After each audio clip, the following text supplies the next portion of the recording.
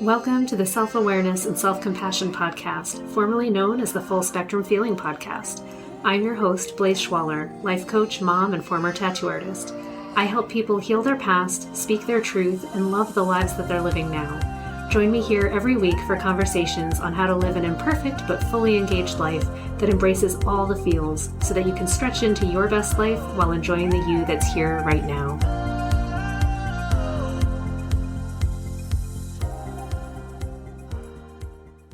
Hello and welcome to Full Spectrum Feeling Podcast. This is Blaise, and I am super excited to talk with you today about motivation. And I know I talk about this a lot, but I think about it a lot. I think a lot about how I can choose to be happy with what I have to do or what I want to do or what I'm learning to do, or how I can choose to be overwhelmed by it or choose to be swept away in the gazillion tasks that come up that I think take precedence over something that I've chosen. And I know this is something that humanity struggles with. We all have great ambitions for ourselves about what we think we can accomplish in a day and what we think we could accomplish in a year. And it's interesting because I think we can really underestimate how much can happen in a year, but we overestimate what we can do in a day. And it ends up looking like us scrambling with these giant lists of things to do every day and not necessarily choosing the ones that would get us closer to our goals. And sometimes this happens because we don't have an overarching giant ambition that we want to get done, or we're not clear about which one's the most important. So I guess that's a good place to start. But if you do know where you want to go, say it's that you want to, make your bedroom beautiful. I would love to make my bedroom beautiful. There's probably a list of tasks that will get you closer to that result that you can choose to get done first, rather than spending time cleaning other rooms or, working on other things that don't get you closer to that goal.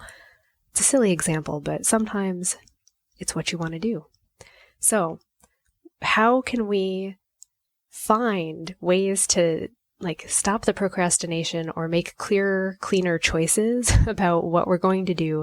And how can we make ourselves feel better about it? Because I don't know about you, but there can be a lot of talk in my head about what is right, what I should be doing, how others might perceive what I'm doing, what's more important, and then debating it. I even debate it with myself. Which of these tasks is more important? What would, make life better? What would make my kid happier, my husband happier, or just, keep us in food and comfort and the bills paid and all of that stuff. So we have to really get on ourselves to get through that fog and decide in advance. And this is the important thing, deciding in advance where the line is and what is the question you're going to ask yourself about each thing that comes up that could be done, should be done, has to be done, wants to be done. And ask, is this going to move me closer to my goal or farther away, or is it irrelevant? And you have to answer that question and then just move forward and do it. And I spend a lot of time planning tasks, but I'm getting much better at it because I've decided to make it a practice to ask the question, is this going to get me closer to where I want to go at the end of the day, the week, the month, the year? And if the answer is yes, then I'm aiming to do it as fast as possible. And I used to say, okay, great, I'll put it on this other master list of things to do. So if you're one of those people that has the list of, home chores and work stuff, and then you have another list that's right, this is one more important. This goes in the master goal, and then just let it sit there. And I've done that. And it can be crushing because then you just watch the list accumulate more things. And then you get confused because the master list has so many things on it, which is the most important one to do. And I hate to see people get overwhelmed with this. It's such a frustrating thing, but it doesn't have to be that way. So the question that you ask is this task going to get me closer to the goal? And is it the most relevant one right now? So I guess when you first start, or at least when I first started, I had to go through and see the list for days and rearrange it. That was part of my process to go, okay, which thing on this list of business tasks might actually get me closer to having a program? Which thing on this list of tasks might help me actually help people? And for a while, I couldn't actually answer the question, and I didn't know which would get me closer to helping people. So I'd be like, oh, is it having an email list? Is it sending this message? Is it recording a podcast? Is it, refining the course? Is it looking for people to be in the course? Can I talk about that yet? All of these things would come up and they'd be in my head, and it would make it really hard to start to move forward. But over time and practice, I was able to just back away and say, okay, what's stopping me from taking action on any of these? Why am I living in the land of confusion? And, raise your hand if you live in the land of confusion, because it's easy to do these days. There is so much demand on just everyone to be, the best person at cooking, at cleaning, at having your house, at having your job, the best driver, the best dressed person. We have a lot of things taking up so much space in our little human brains. And we only have so much energy to put into these questions. We call it decision fatigue. And what shocked me, but totally makes sense because I feel it deep in my bones, is that we run out of energy to make decisions incredibly fast in the day. Like after 10 decisions, you're pretty much done. You're like, yep, that was enough decisions for today. And now I don't even know what I want to turn on TV. It is overwhelming to see the list of things that I recorded and choose which one I could just sit here and stare at for an hour. How sad is that? So what you need to do to help yourself, to help your brain to get out of that trouble, is to start removing things from your list of decisions. Just take the decisions away. So some of that for me has been building in routines, because once you get used to doing something frequently enough, it stops being a decision and it just becomes the thing that you do. Now, I know that this particular one, we've talked about breakfasts before on the podcast.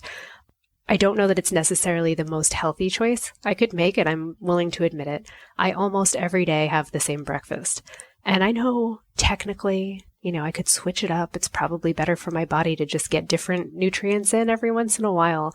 However, it takes the decision away and it makes it a little bit more automatic and on rote to get up, to make the breakfast, and to eat it. And I thought about it this morning. I was sitting down with my daughter on the edge of the bed, and I thought, you know what? I have these eggs and mushrooms and broccoli and peppers and onions, and I should really make a beautiful omelet.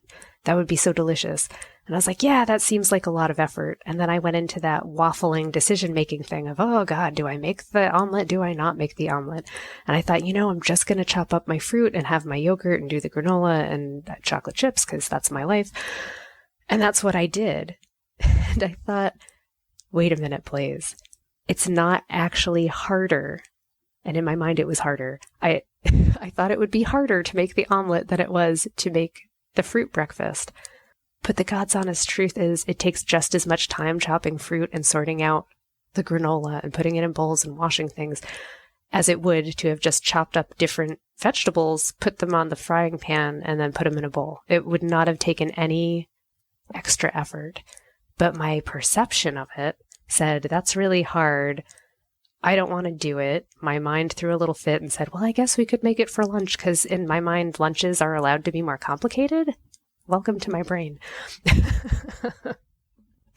But I know that this is really common, that if something isn't part of the routine, if we're not expecting it, if it's a new idea, it takes energy. It takes energy, it takes thought, it takes time, and that can send you away from spending that time and energy on something that might be moving you closer to your goal. So my current goals have nothing to do with eating a more varied breakfast. My goals have a lot to do with building value for my clients. So I want to spend a lot more time in my day working on that than I want to do chopping up mushrooms. My goals have a lot more to do with teaching my kid how to count to 120, which she did yesterday. I'm so proud. Then it has to do with figuring out what outfit to wear next. And so I try to take those decisions off of the table before the day begins. I'm not perfect at this, and actually I failed at it a lot, but it helps for me to put an outfit out the night before. So I just grab it and get dressed rather than have to pick something in the morning. And actually, I've started to delegate it to my daughter. And I said, how about you help me pick what to wear so that I don't have to think about it? And it gets her so lit up because, she's almost 5. She wants to be a fashionista. This is like right in her wheelhouse. And it gives us a fun interaction. So I'm like, all right, win-win. I don't have to think about what I'm going to wear. I just wear what she tells me. I'm not going anywhere, so it doesn't matter what I end up looking like. I can just grab something off of the hanger and off we go. Now I don't have to spend energy in my life thinking about clothes. I can make that decision around, what's going to go in a Facebook ad or what's going to happen with mail that I have to send out. And I'd rather spend my energy in decisions there. And the last thing that I wanted to touch on, talking about decision making and being in my crazy brain today, is about the feelings that we have about the decisions we're making. And working with my coach recently, we've been talking a lot about personal motivation and personal belief. And it's just dead on, and it's not something that I haven't known before. It's something I've been working on for years, but it's always nice to get the reminder that we get to choose our thoughts. We get to choose what we think, and when we choose those thoughts frequently enough, and we train ourselves to continue to move towards the thoughts that help us feel better, we actually start feeling better. When we feel better, we start, making better decisions, or making decisions that are in alignment with that feeling. So if you want to do something, find the people that feel good about doing that thing and think like them, act like them, hang out with them, ask them what's on their mind, because it makes it easier for you to believe that you are like that too. It's easier to mirror someone else who's already doing what you want. It's easier to feel a part of that energy when it's being modeled for you. And it's easier to be caught out when you're not in that energy if you find people who are in it. They'll be able to point out to you, hey, you don't seem to actually be following through. Do you actually believe that you can do this? Because I believe you can. And man, that's so encouraging. So it's making the decision that you are good at learning new things, or that you're enjoying the process of what you're doing.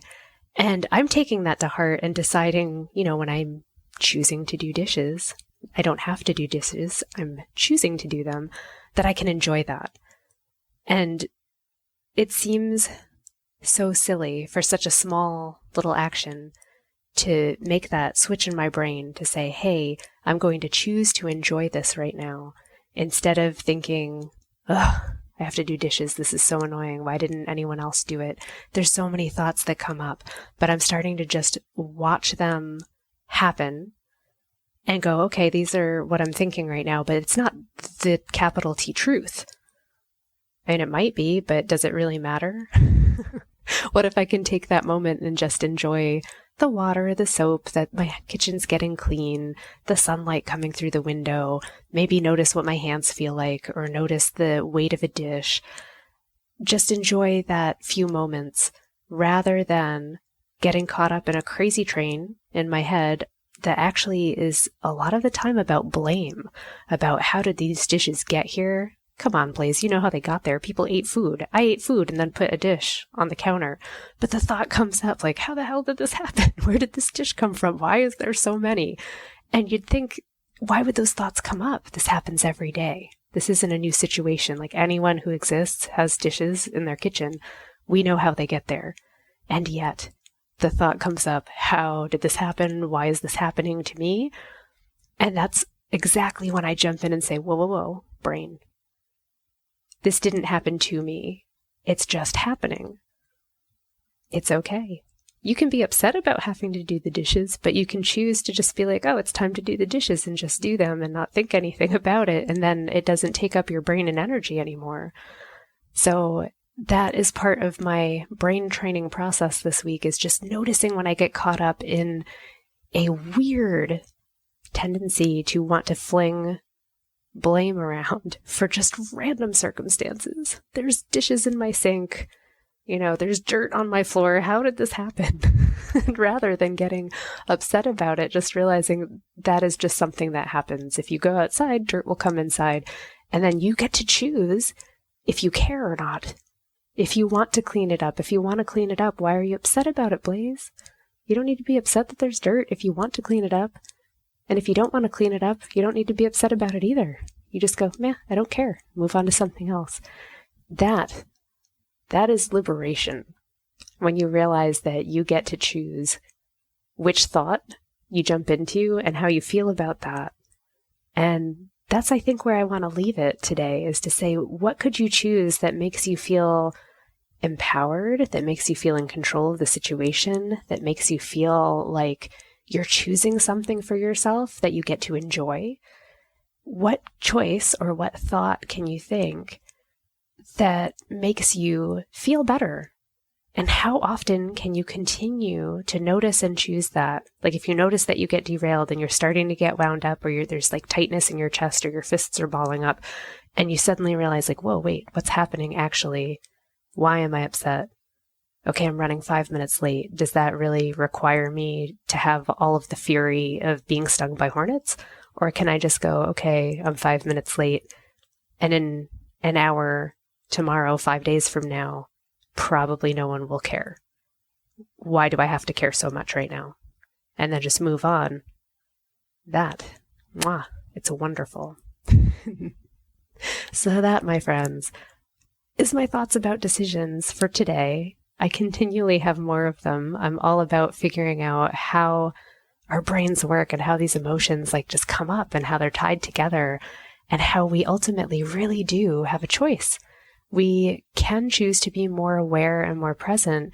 And when we do, it opens up the possibility of deliberately choosing what we want to think and how we want to feel about that.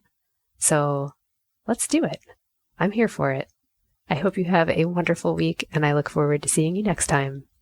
Till then, have a great one. Bye-bye. Thanks so much for joining me. If you enjoyed this podcast, please subscribe and share it with someone you love, and leave us a review.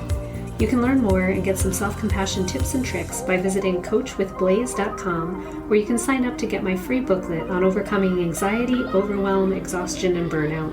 I'm sending you so much appreciation and love, and I'll see you next time.